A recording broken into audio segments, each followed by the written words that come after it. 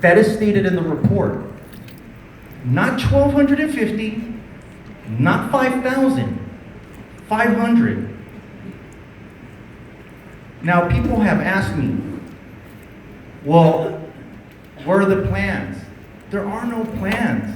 And that's because one of the requirements that these developers have is that they have to engage the community for a community input process on what type of housing could be built and possibly how many units of housing could be built.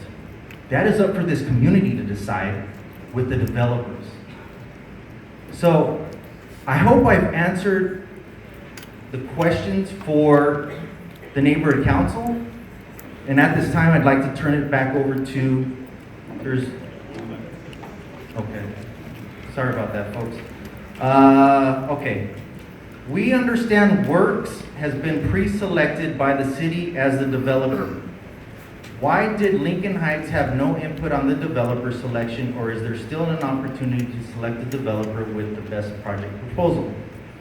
So the lead qualified developer for these 5 sites is GTM Holdings.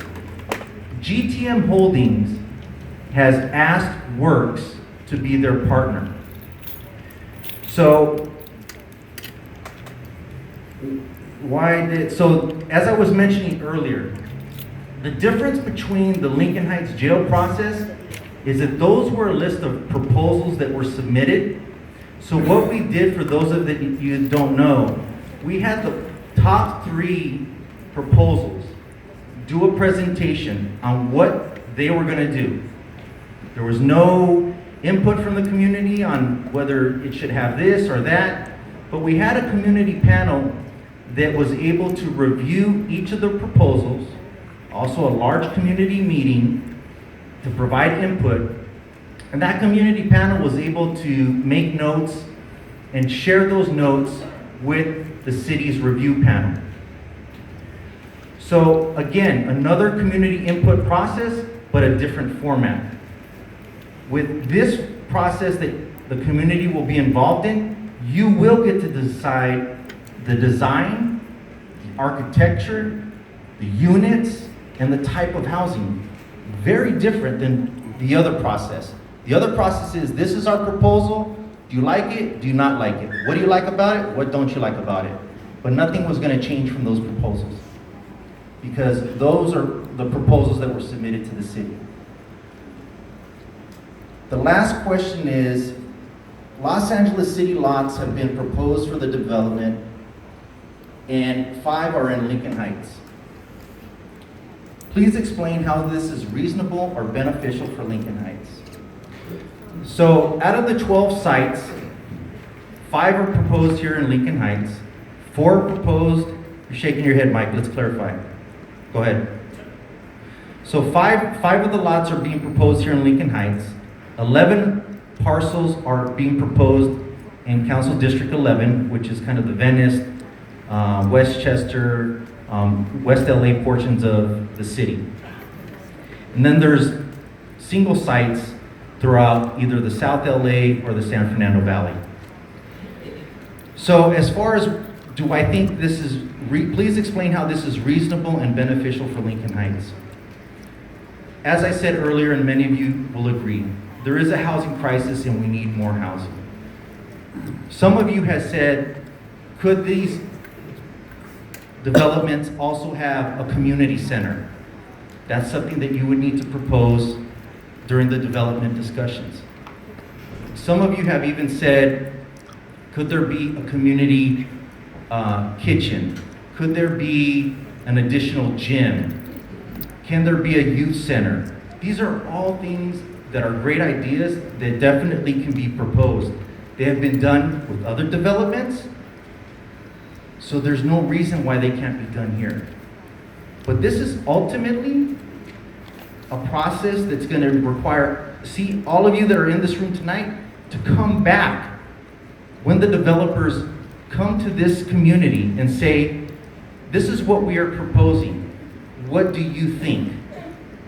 I want to see you all back when they are here with those proposed plans. I know you were probably coming here tonight to hear what those plans are, but I'm sorry, I'm not the developer. I don't have those plans.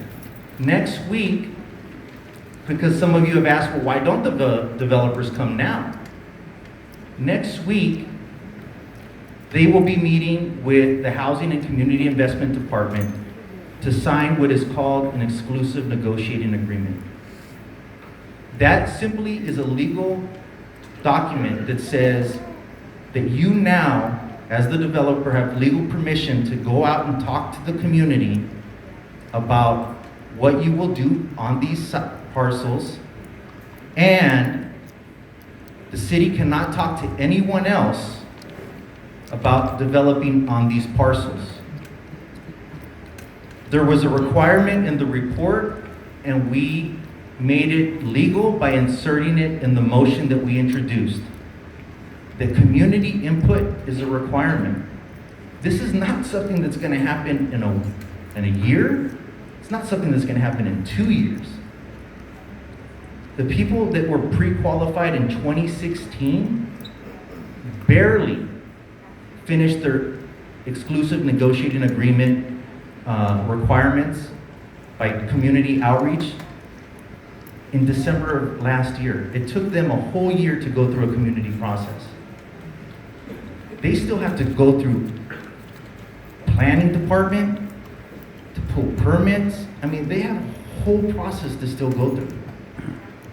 So I hope I've answered these questions, and I'll turn it now over to Mike. And I do want to make sure that I answer some questions, but also that there is some time to give some updates on what's happening, what other stuff is happening in the community that everybody should know about. Thank you, Jose.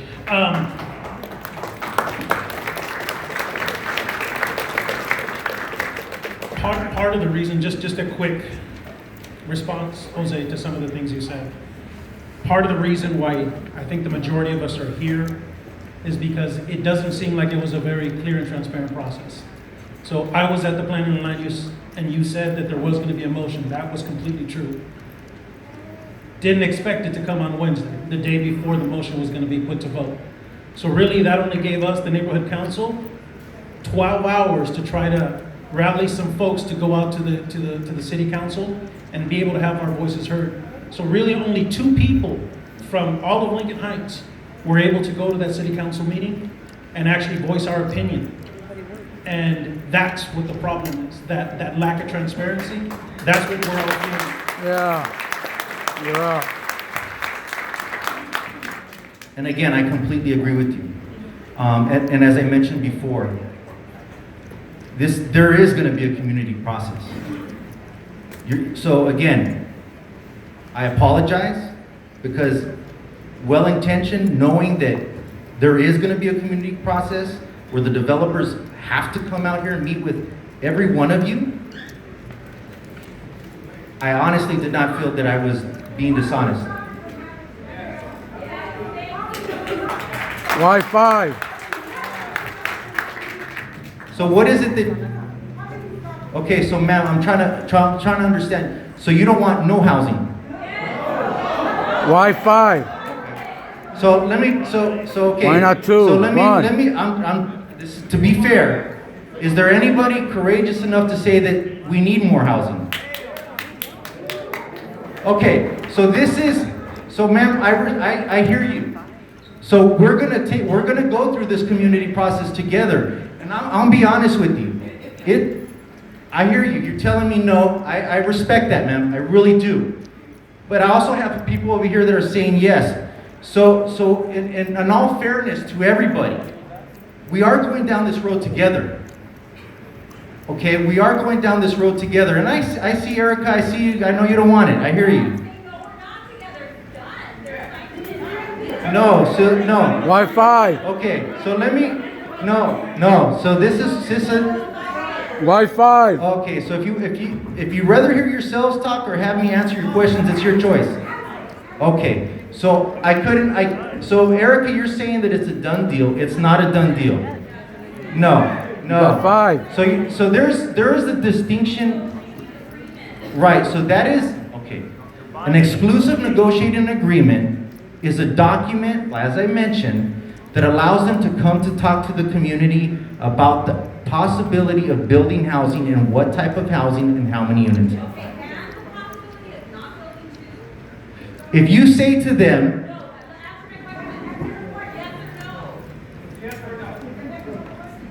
so, okay, so no, look, because we need housing.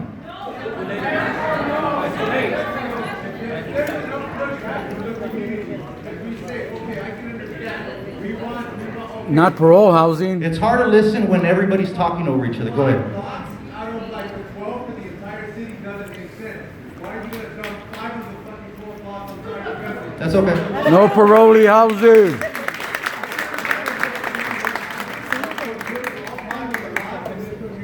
Which is about half, doesn't seem like it's very well. So let me, I hear you. Exactly what you mentioned, is you guys Yes. are trying to spread it out throughout the city, but it seems like only everything on this side is getting thrown. So let me just put something out there. I'm curious. So, I'm sorry, go ahead. Okay, Eric, ask your question again. Oh. So, we recognize that we need housing. So what is your question?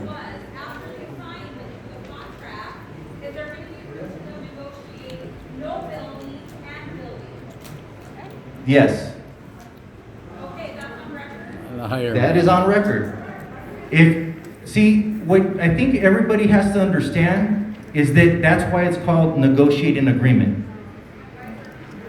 Because they cannot talk to you legally about those parcels until they have legal permission to talk to you about those parcels. You can say no, and then they're going to say yes, and then we're going to have to try to figure out. La mordida. All right, so next question.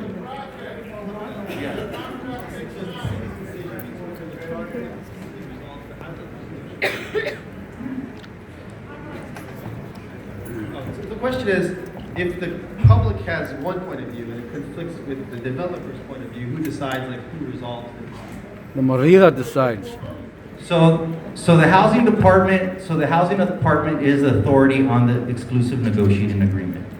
How much is the project that has a contract been signed? No, there is no financing dollar amount to the project because no contracts have been signed. So, I'm sorry, there's a couple of folks you want to... All right, folks, what we're going to do right now is we're going to have some board member questions specifically about this. And then once we're done with that, he's going to do a little bit of updates, and then we'll open the floor back up to all of you.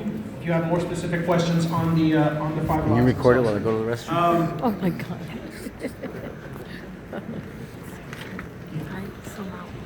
Oh, I gotta go home. Oh my God. Who wants to start? Which board member wants to ask the first question? Mario, come on.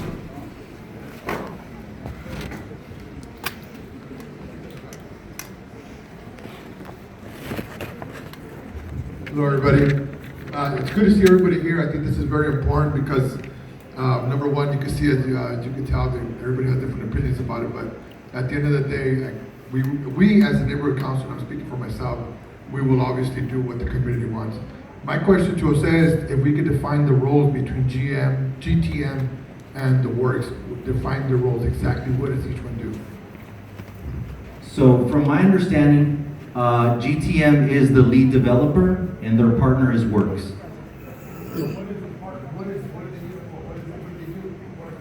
That is a better question for them because I don't know of either one of their working relationship in terms of what that partnership is. From what I remember, GTM is private and Works is nonprofit.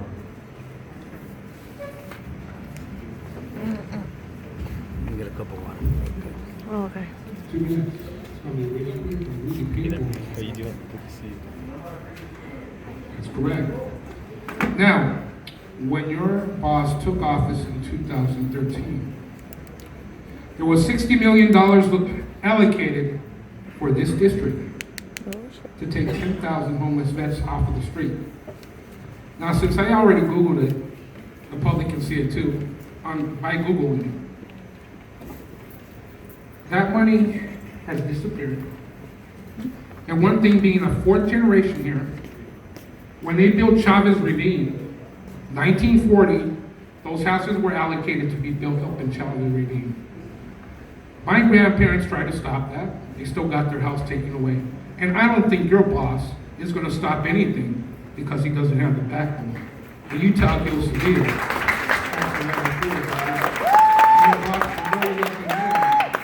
that I didn't live in the You're welcome. because you won't be able to. So answer that question and guarantee this community that's not gonna happen. I guarantee you one thing. I am running for governor, and if I win, I'm coming after your boss.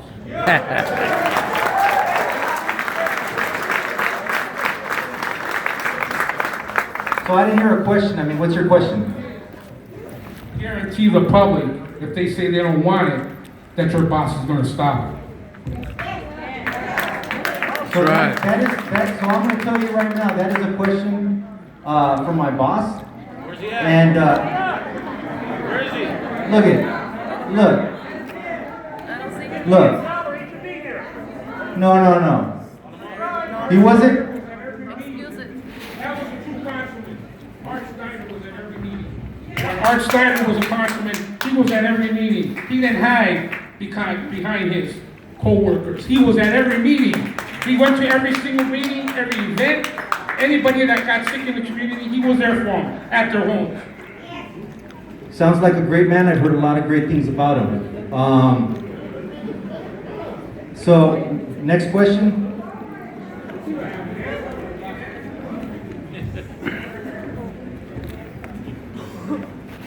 Everyone, I wrote some notes right here.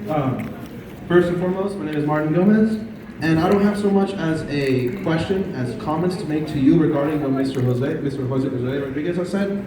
First and foremost, I'd like to remind you all that he is a politician. He is here to sugarcoat what he says and give you a bone just enough to keep you satisfied until you notice that there's no meat on it. Secondly, Mr. Rodriguez, you did come to our subcommittee meeting, and you did tell us there was going to be a motion to be voted regarding the lots, but you never said that the developer was chosen. You never said they were going to vote, and then following week to put the Lincoln lots back into motion, because Mr. Gil Cedillo said during his campaign to our faces that 5 lots in Lincoln Heights was too much. What happened? So, he agrees with the community that absolutely 5 lots for homeless housing is way too much. Absolutely. That is what he agreed to. So why do we got 5? I still got some more to say.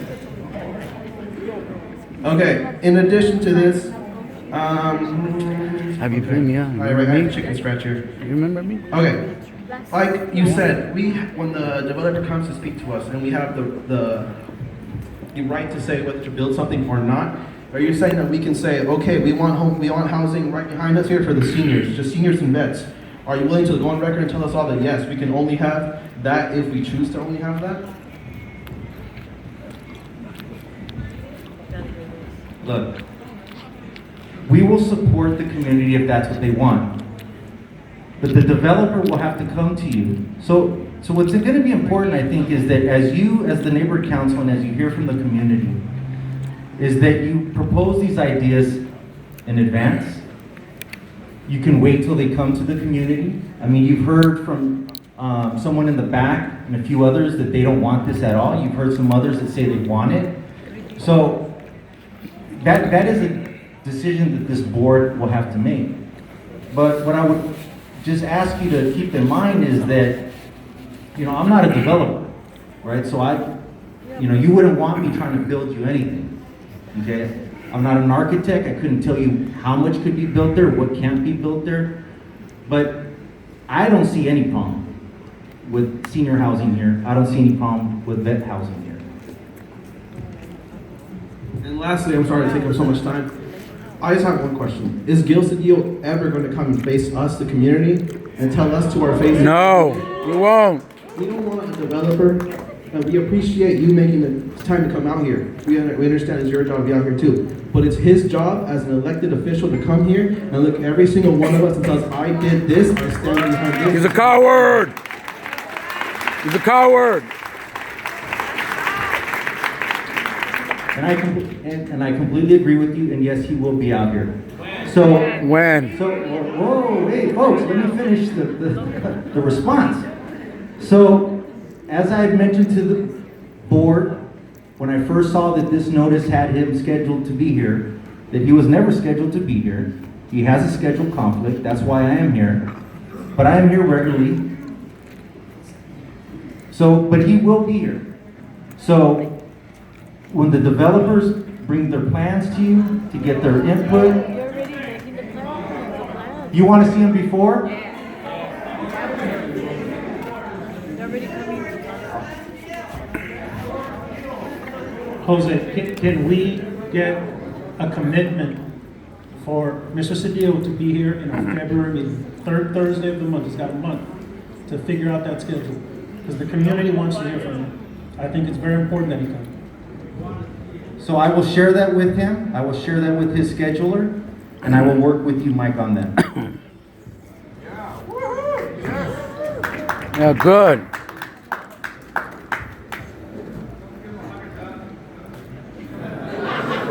There you go. Again for being here on behalf of the councilman. I'm fairly new to the neighborhood, new to the council, new to the city of Los Angeles. I just want to know, I mean, did the councilman have the authority to just pick 5 lots here and say that that would happen here? I mean, why? I mean, is it, who's gonna still own the property at the end of it? So the city will still own the land. They will do what's called the long-term ground lease with the developer. So usually those ground leases are anywhere between 30 to 50 years. Had the authority to just pick the 5 lots here with no community input? Yes. Yes. So yes, he has the authority to propose the 5 lots. And again, the community process will be as I mentioned. I've heard from people that say no, heard from people that say yes. I've heard from people that I've talked to over the week that yeah, okay, maybe 10 units there, maybe 20 units there. So again, these are all questions that the developers will have better answers to. Because again, I'm not an architect. I couldn't tell you what you could put there and what you couldn't put there. So instead of trying to give you an answer that's going to be incorrect, I don't want to do that.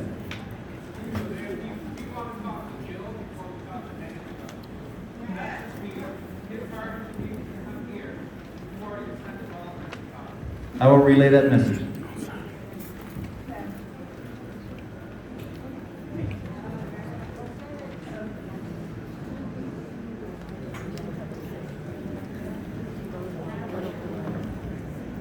Where is he, David? In memorandum, interdepartmental correspondence about the process. And I understood that the city administrative officer, what's his name again? Miguel Saldana was the guy who, city administrative officer, who picked the sites. That's what it said in this memorandum dated November 2016. So if that's not correct, and he'll actually pick them, then, I mean, I think. Well, if it's in the report, then I'm incorrect. So that is what I would go with, is what's factual and what's in the report. Thank you for that, Seven.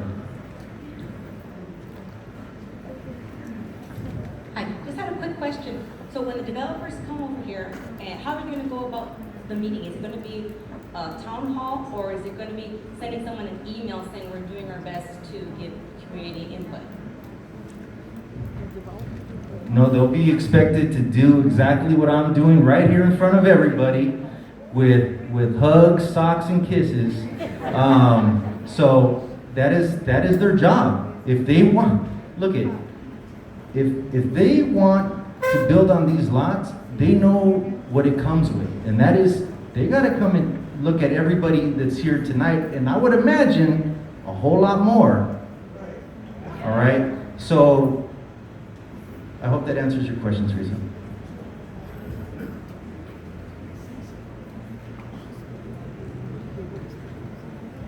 Hi, my name is Maribel Hernandez. I just have a quick question. I'm curious to know, why was Lincoln Heights chosen? Why not El Sereno? Excuse me, I'm a little 16, the voice is interesting, but why wasn't El Sereno taken into account? Why wasn't Boyle Heights taken into account? Why are all these lots just, I mean, brought here? What about all those other surrounding neighborhoods? Very much of housing. So yeah, we don't represent El Sereno or Boyle Heights, but I get your point. Why wasn't it any other lots in terms of being selected? Now knowing why, that the CAO is the one that actually proposed that, that's a question that I will have to find the answer for. And I can make sure that we have that answer for you at the next meeting. Is that fair? If you're going to keep your word to us that you are going to come back and do that, because I was at one of our board meetings and I can't remember the date off the top of my head, but it was when Gil was running, and I know that you stood up there and you said that this was not something that was going to happen in Lincoln Heights. Right. Yeah, now it's happening. So yes, you have my word that I will be back. You're a liar. I think I'm regularly here, so. So I had two questions, and the first is to follow up that. As I recall, the meeting was, you said the project is frozen. I think those are the words. But what you said today was that the city has been waiting since 2016 for the 5 developers to qualify, and this was the qualification process. What did you mean by what's been going on since the motion was tabled until it was untabled a few weeks ago? And then my second question is that there's this exclusive negotiating agreement. Is it possible, not whether it will happen or not, but is it possible for them to say, you know what, we've entered this exclusive negotiating agreement, and we don't like your proposal very much. We're not necessarily going to do whatever this people want or whatever they want, but we're just going to cancel it and start over. Maybe do whatever, something else. I don't know. But can they say no to the developer after signing that exclusive negotiating? That's the first question. Maybe that's the first question. Answer the first question. So yes, so the process has been going on since 2016. If everybody can remember that was part of the board, I'll never forget it. November 17, 2016, I started getting phone calls on my way to the neighborhood council meeting about, have you read the LA Times? I said, no, what? Oh, did you read that they're saying that they're gonna build 5 homeless housing in Lincoln Heights? I'm like, what? Got to the neighborhood council. Neighborhood council is already very aware of this story. And I, had no answer for that because that was completely a surprise. So what I later found out was that the LA Times was sitting in a committee hearing of the Municipal Facilities Committee and the Homelessness and Poverty Committee. And they were talking about all the various sites that the CAO had proposed. So the LA Times inserted into the story the 2 issues, homelessness and the 5 lots. So immediately, of course, I had talked to the council member, and he said that's absolutely not true. So we did a motion to completely stop the process because we were completely not in favor of having all these 5 lots developed into homeless housing. So fast forward, we have been meeting and talking with the city attorney, talking with the housing department, receiving clarification on the fact that in the request for qualifications, there is a stipulation that says that they have to do community outreach, they have to do community engagement. We felt that in order to strengthen that, we would write a motion that made it a legal requirement, not just a document requirement, but a legal requirement that they would have to do community outreach. So that's the first question. The second one is, during the exclusive negotiating agreement, I think exactly just how it sounds. Both parties are negotiating the relationship and the terms of the use of that land. So let's just say during the community process that people are fine, please don't come at me, I'm just saying hypothetically, people are fine with 3 of the 5 lots, but not the 5. Then the city will tell this developer, you know what, you're only going to be able to proceed with 3 of the 5. Because there is not support, there is no basis for you to do the other. So it is just what it sounds like. It is a negotiating process, it's a negotiating window. So I hope that answers your question. Where are you going?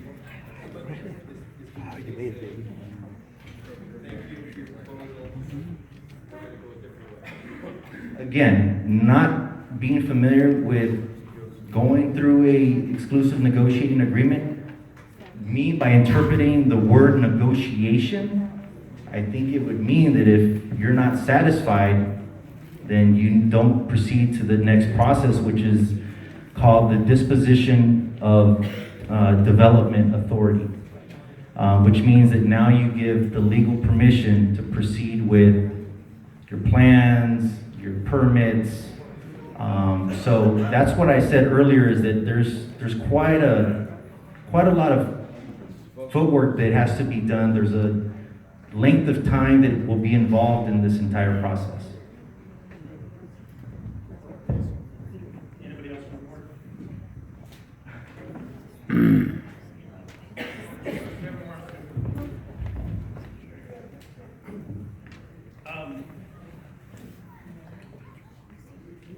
But a couple of questions. First of all, you said there's 12 properties, right? Total? That's my count. Okay. Out of the 12, the other 7 that are out there, how many other neighborhoods are getting 5? So, as I mentioned earlier, the numbers are 5, 4, 1, 1, 1. Yeah. Where is that 4 one at? The 4 is in Council District 11, the Venice, Westchester, West LA area.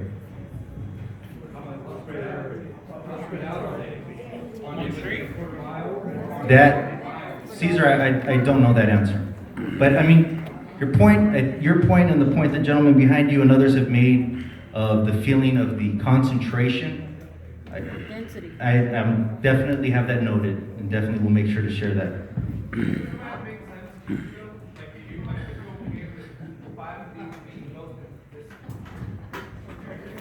So again, not knowing what they're proposing to build there, I don't know what it would look like. Any building. Any building. It does make sense to me. It does. You don't live here. You guys don't live here. All right. Yeah, and Jose does not live here.